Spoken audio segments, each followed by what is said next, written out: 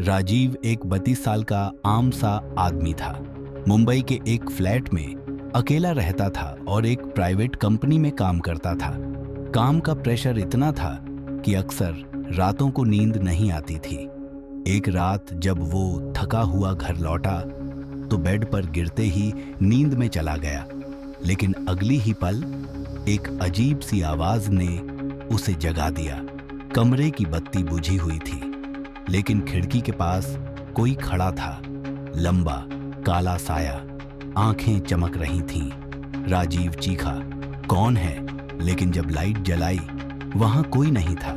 राजीव ने सोचा शायद सपना था, पर अगले दिन ऑफिस जाते समय उसकी आंखों के नीचे काले घेरे और चेहरे पर डर साफ नजर आ रहा था। हर रात राजीव को अजीब सपने आने लगे। वो एक सुनसान हवेली में खुद को देखता, जहां दीवारों से खून टपकता और कोनों से कोई उसे घूरता।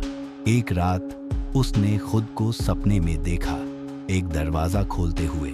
दरवाजे के पीछे उसकी ही लाश लटकी थी। राजीव चीखते हुए उठा, लेकिन इस बार उसके गले पर नाखूनों के निशान थे। ये कैसे हो सकता है? सपने की चीजें असली जख्म कैसे छोड़ सकती हैं? उसने डॉक्टर से मिलना शुरू किया, लेकिन रिपोर्ट्स नॉर्मल थीं। डॉक्टर ने कहा, राजीव, तुम ओवरथिंक कर रहे हो। ये सब तुम्हारे दिमाग का खेल है। राजीव अब ठीक से सो नहीं पाता था। सपनों में जो होता वही असल जिंदगी में महसूस करता। एक बार उसने सपना देखा कि कोई उसके फ्लैट के दरवाजे पर खड़ा है, घंटी बजा रहा है। सुबह जब उठा, दरवाजे पर वही निशान थे। किसी ने नाखून से दरवाजे पर खरोंचें डाली थीं। राजीव अब डरने लगा था, कहीं मैं पागल तो नहीं हो रहा। एक रात सपने में उसने खुद को एक पुरानी लाइब्रेरी में देखा। वहां एक किताब थी, धूल भरी काली जिल्द वाली। किताब का नाम था मन का खेल। उसे सपना नहीं, कोई संदेश लगा।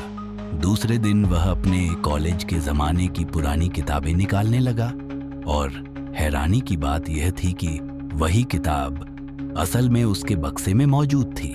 राजीव का माथा ठनका। ये कैसे मुमकिन है?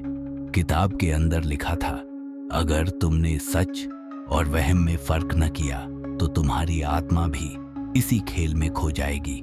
राजीव अब पागल होने की कगार पर था। एक रात उसे सपना आया कि उसे एक सुनसान हवेली में बुलाया जा रहा है। पता था, शंकरगढ़ गांव के बाहर पुरानी हवेली। सुबह जब उठा तो उसके हाथ में वही हवेली का नक्शा था। ये नक्शा कहां से आया? डरते डरते वह उस हवेली तक गया। वहां पहुंचकर जैसे ही अंदर कदम रखा, धड़ाम, दरवाजा खुद ब खुद बंद हो गया। अंदर एक औरत खड़ी थी, सफेद साड़ी में, आंखें सुर्ख लाल। वो बोली, तुम आ गए, अब वापस नहीं जा पाओगे। राजीव की सांसें अटक गईं। उसने भागने की कोशिश की, लेकिन दरवाजे गायब थे। उस औरत ने कहा, तुम वही हो जिसने सपनों में हमारी दुनिया देखी है। अब तुम यहीं रहोगे। धीरे धीरे हवेली की दीवारें पिघलने लगी। हर सपना जो उसने देखा था वो हकीकत बनता गया। वो खुद को अपनी ही लाश के पास खड़ा देख रहा था। वही सपना जो पहली रात आया था। अगली सुबह अखबार की एक छोटी सी खबर थी, एक युवक की लाश उसके घर में मिली। चेहरे पर गहरे डर के निशान थे। मौत का कारण अनजान। लोगों ने कहा शायद हार्ट अटैक, लेकिन कोई नहीं जानता था कि राजीव का दिमाग कैसे उसका सबसे बड़ा दुश्मन बन गया था। और उसकी आत्मा, कहते हैं, शंकरगढ़ की उस हवेली में रात को आज भी कोई खिड़की से झांकता है।